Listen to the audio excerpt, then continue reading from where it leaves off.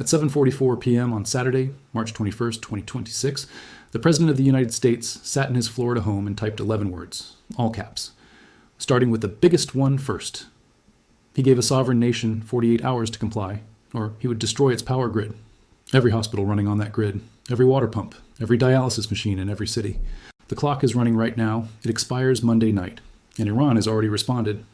But before we get to that response, and it is a response that goes far beyond matching the threat, 3 things happened in the same 48-hour window that nobody is connecting. And the reason nobody is connecting them is the most important thing happening in this war right now. Loop 1. 24 hours before that post, Trump said on social media the U.S. was getting very close to meeting our objectives and considering winding down military efforts. One day. 180 degrees. What changed? Loop 2. Iran did not blink. Within hours of the ultimatum, Iran's military command issued a counterstatement that named specific new targets: U.S. energy infrastructure, desalination plants, the power grids of every Gulf country hosting an American base, and it added one sentence nobody expected. The Strait of Hormuz will be completely sealed, not partially, not selectively, and will not reopen until destroyed power plants are rebuilt. Loop 3. On the same night Trump issued that ultimatum, Iranian missiles struck Dimona and Arad in southern Israel. Both cities sit within 35 kilometers of the Shimon Peres Negev Nuclear Research Center. Israel's air defenses failed to intercept them. 180 people were injured. The IAEA's Rafael Grossi issued an emergency call for maximum military restraint in the vicinity of nuclear facilities. 3 simultaneous crises. 1 48-hour window. Stay with this. To understand what this ultimatum actually means, you need to understand where this war was supposed to be on day 22. Operation Epic Fury began on February 28th. The plan, stated publicly by Trump's own chief economic advisor, was 4 to 6 weeks. Total capitulation. The Strait reopened. Allies in line. It is now day 22. The Strait remains closed. U.S. Central Command has confirmed striking over 8,000 military targets inside Iran, sinking or damaging 130 Iranian naval vessels, what CENTCOM described as the largest elimination of a navy over a 3-week period since World War II. And yet, this morning, the Strait of Hormuz is not open. The only tool left in the toolkit is a Truth Social post threatening to turn off the lights. But here's the part nobody is saying out loud. The real reason this ultimatum exists has nothing to do with military strategy. We will come back to it, because it fundamentally changes how you read everything that has happened in the last 48 hours. The full post reads, if Iran doesn't fully open without threat the Strait of Hormuz, within 48 hours from this exact point in time, the United States of America will hit and obliterate their various power plants, starting with the biggest one first. Trump posted from his Florida home. The deadline expires 7:44 p.m. Eastern on Monday, March 23rd, 3:14 a.m. Tuesday in Tehran. Iran has approximately 400 power plants. Trump did not specify which first. Analysts identify the most likely candidates: the Damavand combined cycle plant southeast of Tehran at 2,168 megawatts, the Shahid Salimi facility near the Caspian Sea at 2,215, the Shahid Rajai plant northeast of Tehran at 2,043. There is also the Bushehr nuclear power plant on Iran's southern coast. Trump did not exclude it. Treasury Secretary Scott Bessent appeared on NBC's Meet the Press Sunday morning. When asked what happens next, he said, "We'll see." 2 words. From the Treasury Secretary of the United States on the morning of a 48-hour countdown. Now go back 24 hours, because the gap between Friday and Saturday is the most revealing data point in this entire story. On Friday, Trump posted that the U.S. was getting very close to meeting our objectives as it considered winding down military efforts. That language was interpreted by every major outlet as a potential exit ramp. Markets responded. European governments responded. Iranian diplomatic channels responded. Ross Harrison, senior fellow at the Middle East Institute and author of Decoding Iran's Foreign Policy, told NBC News that Trump's ultimatum suggests the president is facing limited options to open the Strait. And I think that may be dawning on him. He added, unless they completely obliterate all potential for the Iranians to respond, military means alone to open the Strait probably would not have the desired effect. Officially, the administration has met its objectives and is winding down. In reality, the Strait is still closed. The president is issuing midnight ultimatums via social media, and the Treasury Secretary cannot tell a national audience what happens next. On Friday, the United States held the narrative. By Sunday morning, it had slipped. The 48-hour clock is not a sign of strength. It is a sign that the economic pressure from the Strait closure has become more dangerous to the administration than continuing the war. Here is the math driving that pressure. Brent crude settled above $112 a barrel Friday. Goldman Sachs projected triple-digit oil could persist until 2027. European natural gas prices surged 35% last week because the Strait carries LNG, the same supply Europe switched to after cutting Russian gas in 2022. A CBS News and YouGov poll of 3,335 adults conducted March 17th to 20 found that 92% of Americans believe it is important to end this conflict as quickly as possible. 92%. That number is not about strategy. That number is about gasoline. The IAEA announced the largest emergency reserve release in its 52-year history, 400 million barrels across 32 nations. The U.S. alone contributed 172 million barrels from a strategic petroleum reserve containing 415 million. That is 41% of America's entire emergency stockpile. The release did not stabilize prices. Oil climbed 17% in the days following the announcement.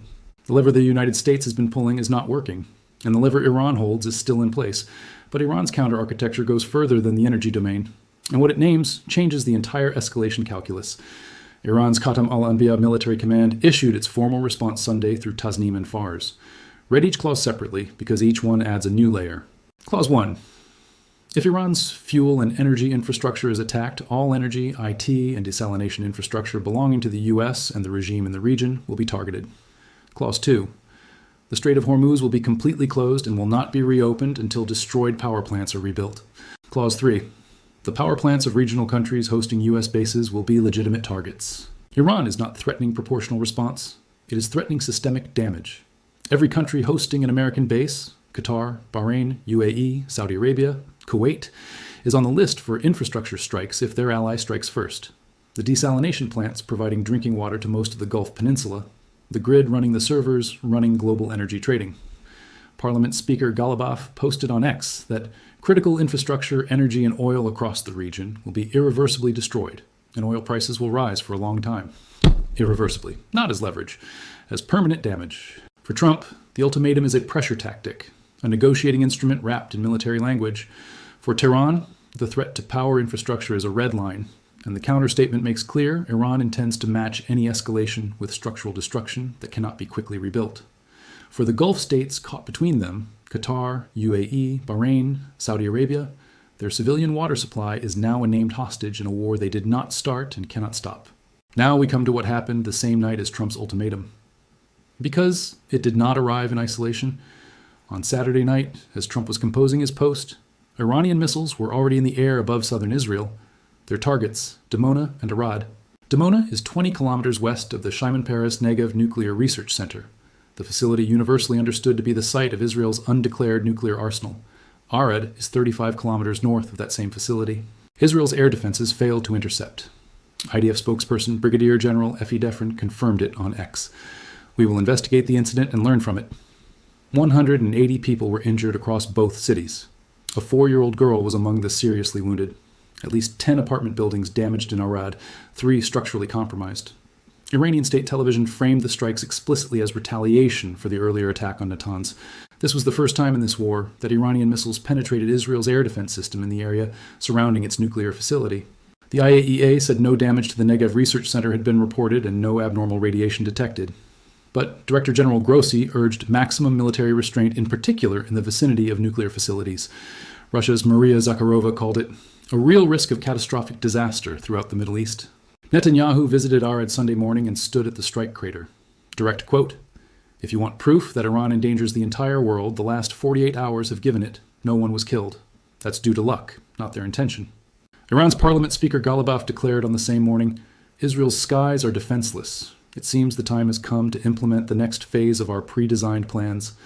2 governments, same 12-hour window. One says we got lucky. The other says the next phase has begun. To understand Saturday night, you have to understand Saturday afternoon, because the Dimona strike did not arrive without a trigger. Earlier on March 21st, Iran's Natanz nuclear enrichment complex, the facility at the center of international negotiations for 2 decades, was struck. Israel denied responsibility. The Pentagon declined to comment. The IAEA confirmed no off-site radiation. But Iran's response was explicit and immediate. Tasnim confirmed the Dimona and Arad strikes were direct retaliation for Natanz. Nuclear facility for nuclear facility. Not a deterrent signal, a documented equation, written in missile trajectories. 2 nuclear sites struck in the same day. 0 radiation incidents. That sentence contains more good fortune than strategic design. And now both sides have established a pattern that neither has officially acknowledged.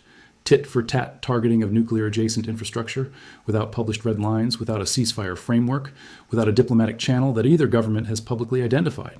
Now we come to the thing the administration cannot say publicly, the real reason the 48-hour clock matters, and why it will almost certainly not produce the outcome the Post demanded. The Strait of Hormuz is 21 nautical miles wide at its narrowest point. Iran controls the northern shoreline. It has spent 4 decades hardening that coastline. Mines, anti-ship missiles, fast attack craft, coastal defense batteries, drone swarms. When the IRGC restricted passage in early March, they were not declaring a traditional blockade. They were activating a denial architecture the U.S. military has no low-cost answer for. The options for forcing the Strait open have not changed since February 28th. A naval escort mission requires Allied participation, and every ally has publicly refused. The UK, Germany, France, Spain, Greece, the EU, collectively, all on record. A ground seizure of the Choke Point Islands would constitute a land invasion of Iranian territory. Destroying power plants does not open the Strait. The IRGC command structure does not require civilian electricity to operate. The missile batteries on the northern shore do not plug into the Tehran grid. Ross Harrison said it plainly. Military means alone to open the Strait probably would not have the desired effect. The ultimatum is structured as a threat that produces compliance, but the compliance mechanism does not exist. There's no lever by which bombing the Damavand power plant causes Revolutionary Guard commanders on the Hormuz coastline to stand down. The ultimatum is not a military instrument. It is a domestic communication, a signal to the 92% of Americans who want this war to end that maximum pressure is being applied, even when the pressure cannot produce the stated result. The deadline expires at 7:44 p.m. Eastern on Monday, March 23rd. There is no public indication Iran intends to comply. Iran's Foreign Minister Araghchi told Japanese media that the Strait has not been closed, merely restricted to vessels belonging to countries attacking Iran, while passage is offered to others who coordinate with Tehran. That is not fully open without threat. That is a negotiating position dressed as operational status. Iran's UN representative to the International Maritime Organization said Sunday, "Diplomacy remains Iran's priority. However, a complete cessation of aggression, as well as mutual trust and confidence, are more important." Translation: Iran will not comply with the ultimatum on its current terms. The question is what the administration does when the clock expires Monday evening. Here is the full picture on day 22 of Operation Epic Fury. Iranian missiles struck the cities flanking Israel's nuclear facility. Air defenses failed. 180 people were injured. Natanz was struck hours before. The IAEA is monitoring. No radiation spike yet. The IDF says the war is at its halfway stage, meaning by their own arithmetic, weeks left to run. Trump's 48-hour ultimatum exists in the same document thread as the winding down post from 24 hours earlier. That is not contradictory policy. That is one man processing an unresolvable problem in public, in real time, on a platform designed for 240-character thoughts about a conflict that cannot be resolved in 240 characters. Iran's military has named desalination plants, Gulf state power grids, and U.S. energy infrastructure as legitimate targets if the first strike comes. Goldman Sachs told clients, oil above $100 may be the floor through 2027. America's emergency petroleum stockpile is 41% committed. Every allied nation contacted for naval support has publicly refused. Now return to the first question. What changed in the 24 hours between winding down and obliterating power plants? The answer is Saturday afternoon. Dimona, Arid, air defenses failing in the zone surrounding Israel's nuclear site for the first time in this war. That failure is not just a military data point. It is a political catastrophe for an administration whose stated objective since February 28th has been to eliminate Iran's capacity to threaten Israel.